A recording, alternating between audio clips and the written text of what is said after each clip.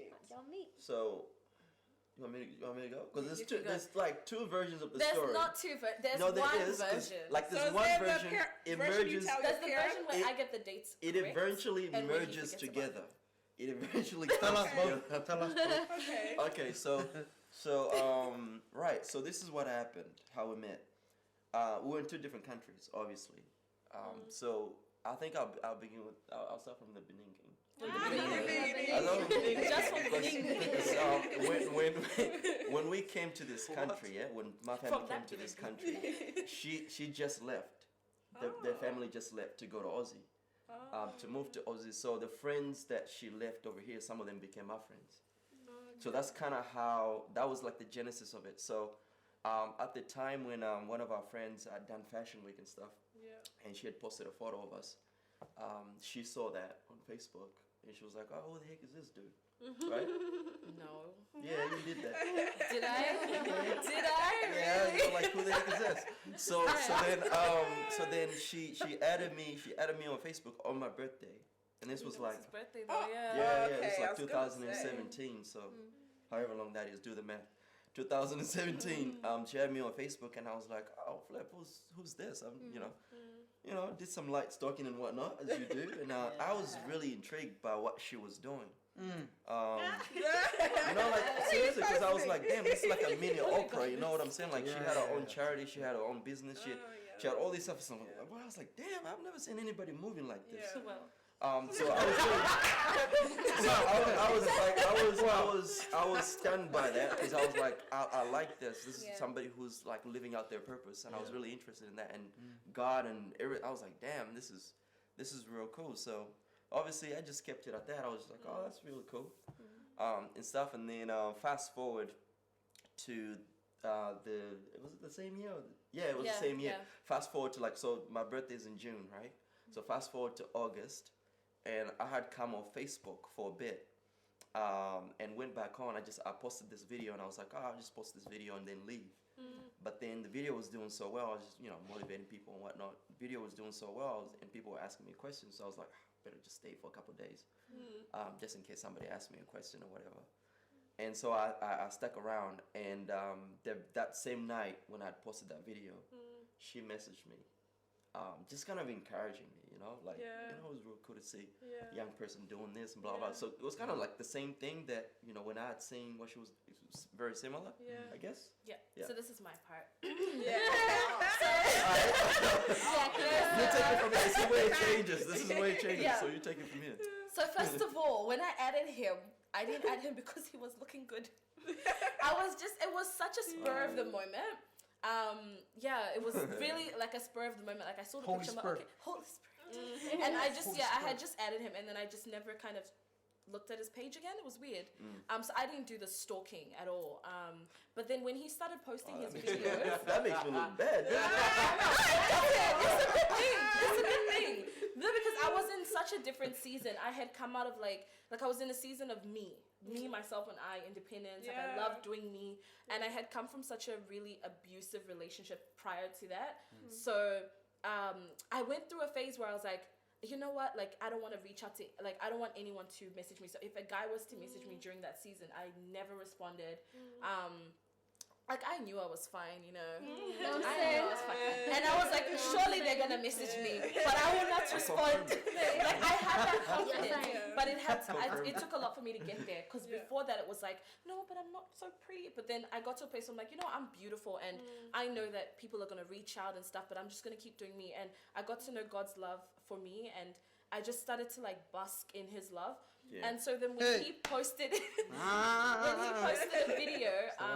he posted a video about how to overcome trials and tribulations.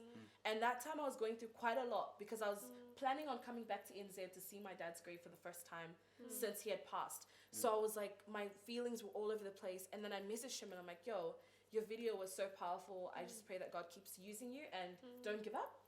And then he replied and he was like, oh, that's so cool. Thanks for encouraging me. So what's your story with Christ?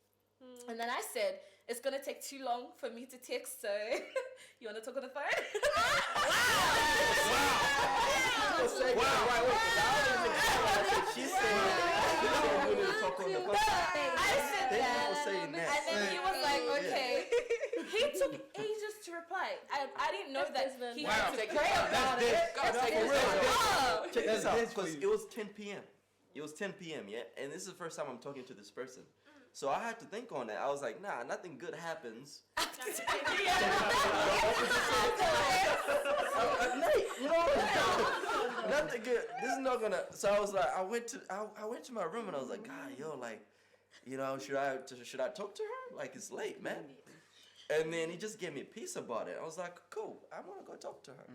And then we kept talking. And we kept talking. Like we talked from like 11 p.m. to 4 a.m. in the morning.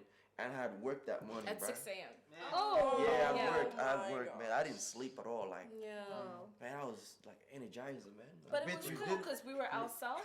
Like, I didn't hold back with being myself. Yeah. Like, the moment we started talking, I was on my way to buy Korean fried chicken. So that was like midnight. I think I was going to pick up my Korean fried chicken, and I was like, oh, just so you know, I like to eat late at night. And then we just kept talking. It was just like I was talking to a friend that I had known for such a long time. That's how I felt. Same thing for me. Yeah. The parallels were it was crazy. just so crazy. And because we had so much that was going on in our personal lives, we didn't do the whole let's talk on the phone every single day. So that was the difference. In other things, we texted every day, but we didn't talk on the phone every day. Yeah, because he had his youth stuff going on, and then I had my stuff going on. So we said, okay, let's check in with each other over the phone every second day. Tell me how your day goes, I'll tell you how mine goes. And then we just kept doing that. And then one day he messages me out of nowhere and he's like, hey, can we talk on FaceTime on Friday at 6 p.m. I said, okay. I had no idea because we didn't call each other babe. There was no flirting. It was literally like we're talking as friends the whole time. So I really didn't know what he wanted to discuss over FaceTime. So I told my mom, actually, I showed my mom the messages that he was sending me before the FaceTime. My mom was like, yeah, he seems like someone who makes sense. Keep talking to him. Some nonsense. And then like on the FaceTime, he was wearing a suit, like not a jacket, but he had a tie. He had a tie. What? And I said, you were dressed up. He had a whole tie. When you're doing something great, you gotta look great. That's the one. You have to look great. That's the one. That's just my philosophy. Oh my God. You know what I'm saying? Like I was in my jacket. I was so shy. She came on like just a regular. And I was like, came on, she looked beautiful though. Thank you. I just came on as myself, and then I see this guy in a tie, and then I'm like, what's happening? And then he starts. I memorized the words. So he said, I just want to let you know that I see you as a wife. Shut He was like, I see you as a wife, and getting to know you, I now know that you are my wife. But I want us to keep talking as friends, and I want to keep getting to know you as a friend. However, the reason I'm telling you this is so that you know my intentions and you know that I'm not going to speak to any other girl because there's no point because you're my wife. So that's what he said to me. Did everybody write that down? They ain't mine. That was like months. Rewind. Months of I wrote some subtitles. I'll put it in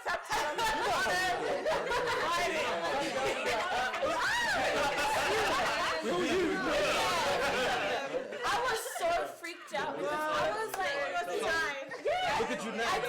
I didn't feel butterflies. And I didn't feel like, people say you feel butterflies. I didn't feel butterflies. I was actually really scared. I was, because I was thinking, he's saying like all the right things, but then it's like, wait, what? But then he said I'm a friend, and then okay, so then how do I act? So I had all-night prayer meeting that night. And I went to pray and I was like, okay, you know what, Lord, if I feel the peace, you give me the peace. If I feel it, I'm going to go ahead. So I felt God's peace when I prayed about it. And I was like, I'm just giving this to you. I've been myself throughout talking to this guy. I haven't tried being anyone else. He's seen me without makeup. He's, and he wants to be with me. So yeah, God gave me so much peace after that. And the next day we just talked as if we didn't have the conversation. We just carried on as friends. And then one day we said, babe. Then we said, baby. Hey.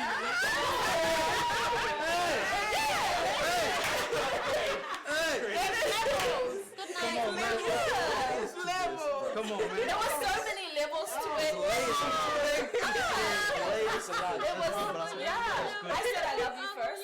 know how she did it? Well, I did as well. Isn't it You know crazy? what? She kind of ruined the plan because that's not how I wanted to say it.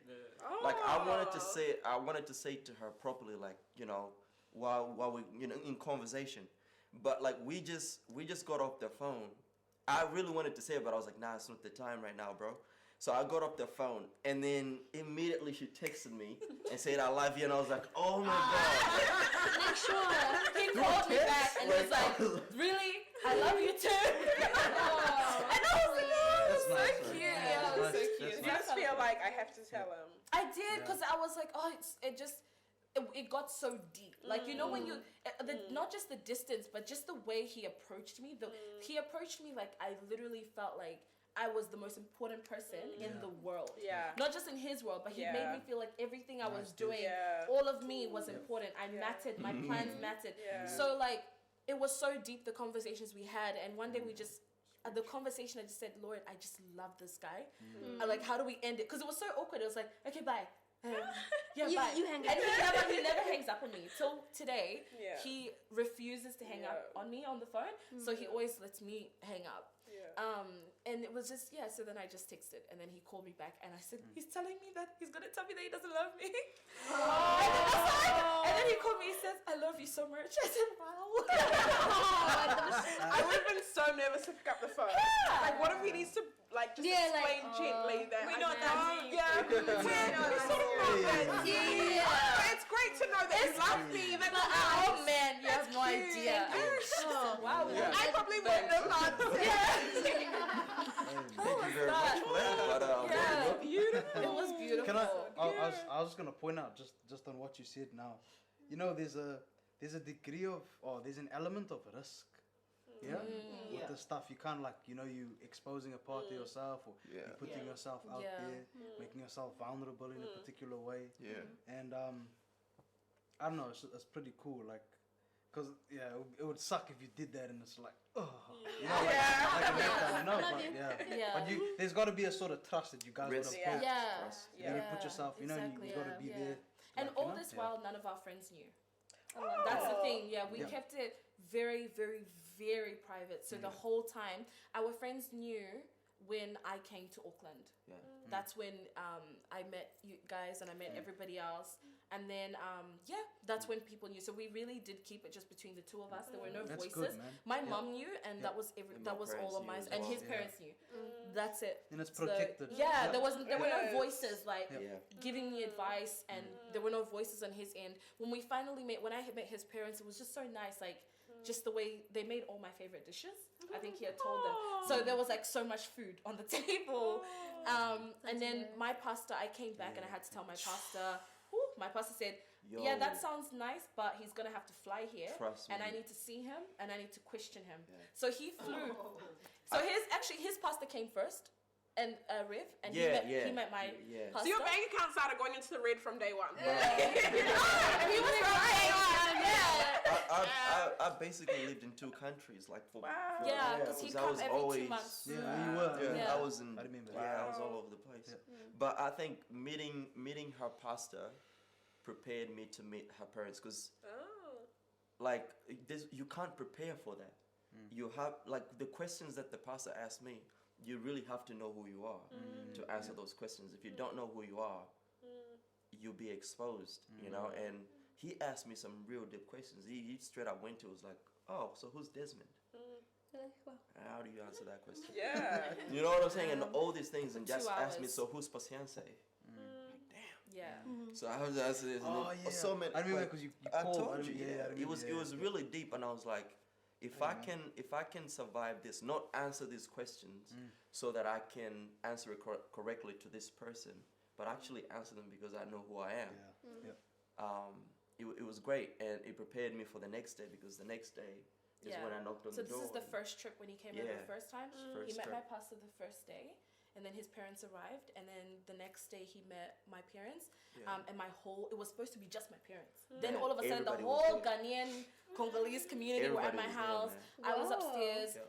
all my uncles were downstairs and they just grilled him. They just spoke to him. Everybody was Then they made me come downstairs and they asked me, this guy wants your hand. Is it a yes or is it no? I said yes like 6 times. Is it a yes? Answer again. And it was like that. And after that, we ate. And then like the families got acquainted.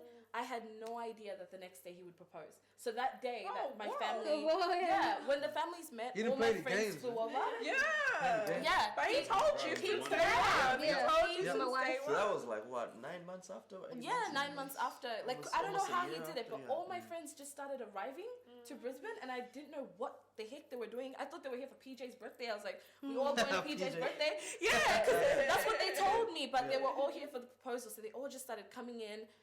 And then we had a hotel booked the next day, and then that's when he proposed. So it all happened bang, bang, bang. And then every trip after that, it was so easy because everyone knew him.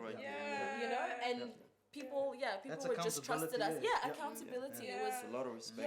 So it was just, and he told me in Auckland when I had come, because I came to Auckland first, he had pre-warned me. He said, just so you know, I'm not going to leave you out there. I can't leave you out there just like that. So he was kind of telling me that I'm going to propose eventually, and it's going to be sooner than you think.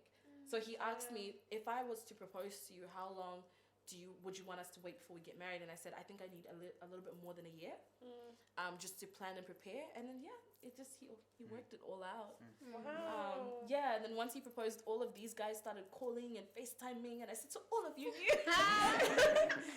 That was our story. Oh my gosh! In terms of like, because obviously you guys started long distance. So with choosing. For you to, because obviously you've decided to move to New Zealand. But was there ever an option where you would move to Brisbane? No, not for me. So I had always planned on moving to New New Zealand. Zealand, It was so easy because New Zealand was always my plan. I hated Brisbane, Australia, Really? with a passion. Like I did not like living there. It was just not for me. Like I really love nature and. There's snakes, like all these, like I never felt quite at home. And so I always knew that one day I'd have to come back here, but I just never knew how it would work with who I'm going to be with. So when he discussed that, he asked me the question, he's like, so he was willing to come there. And then I said, no, I can come. I'm willing to come to you. So it was super easy for us to do that. It was super easy. And it was interesting when we got married finally. Living together. Oh, right. Actually, from being distant and now to have to be. That's different. Had you spent time together staying in, I don't know, either like a hotel or something? Like... So, I mean, I know most Christians would be like, oh, don't. But, I mean, for us, our parents knew about us and everything. So, we did. Like, on my birthday, he took me to Sydney. We stayed together in a hotel. We spent time with each other. So, right after he proposed, every second month, he flew, I flew. We took turns. And then he just kept coming and, we'd always spend time together. So, we knew how we were with each other. But marriage is definitely a different a different not knowing. You get to know a lot of stuff. Because you're discovering yourself at the same time you're discovering somebody else. So and you get to meet yourself a little bit more. And I think being engaged was the most challenging season. Because you get to see each other at work. Like I was so much of a perfectionist with the planning of the wedding. And then like he was like doing his thing, and then I'd be like, can you please do my thing? So we would really have serious arguments. We'd go at it sometimes with each other during the whole thing because I wanted everything planned and people were flying in. But it all worked out so wonderfully. We spent so much on the wedding, but it's okay. At the end of the day, the shade room. I think the biggest thing. It was monumental. The biggest thing for me, like because I've kind of assessed it and I've looked at it. I'm like, okay, what was the most challenging thing for me? And the most challenging thing for me throughout the whole entire, especially the 2.5 years or whatever, 2 years I would say, of back and forth stuff was having to do that.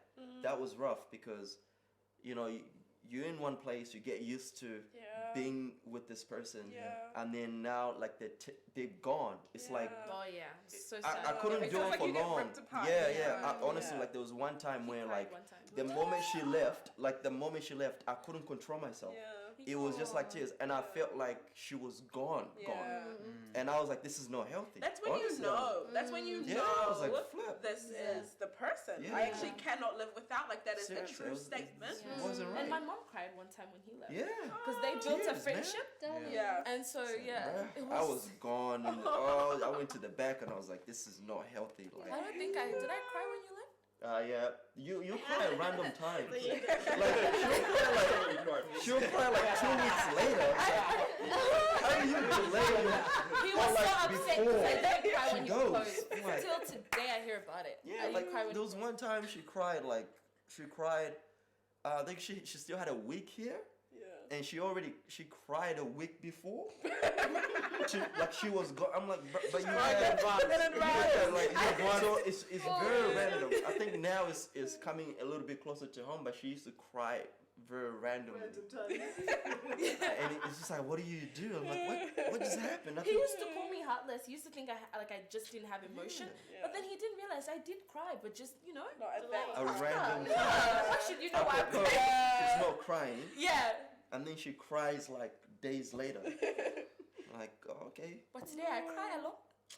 Yeah. Happiness. It's interesting. That's beautiful. Oh my god. It's so crazy sometimes when you unpack your relationship and you find like there's actually such a story to how things came together. Yeah. It doesn't seem like it at the time. Everything seems so random. You just message me, I just meet you. Yeah. So then when you look back on it, it's like, wow, that's what came together. It's so beautifully. Like you say, how you always planned to move back here. And then look, you met outside in the rain. It's so crazy, Yeah. It's weird. Because I always thought I was going to marry a Ghanaian. I got in. I was prepared for it. I don't know why. I always imagined myself in Ghana with a Ghanaian. I don't know why. But then I ended up with a Zambian. I said, what? I didn't know Zambians existed. Honestly, I didn't know much about Zambians. I said, so you're here. Wow. Nah, it's worth it. It's good. Oh, man. I don't know. We'll be dating. No. Sorry. Sorry. Let's continue. Should I miss something? He's bringing me better. He's making up memories that I wasn't. Because we've been working. Because Warren is like a brother to me. You know what I'm saying? We've been working this journey from like the Genesis. Both our journeys. So we're just talking about like the random times when you hit a wall, especially when you're preparing for the wedding and you hit a wall. And just seeing the events that unfold in that moment is quite funny. It's quite funny how people say certain things. I quit, I give up, and then the next day, I was giving up every like, day. and what? Oh my I was god! like, okay, we're over. I was the one breaking up. Seriously, like I'm like, he's like, no, you're not going anywhere. I said, no, I'm finished. I'm done. Off my number.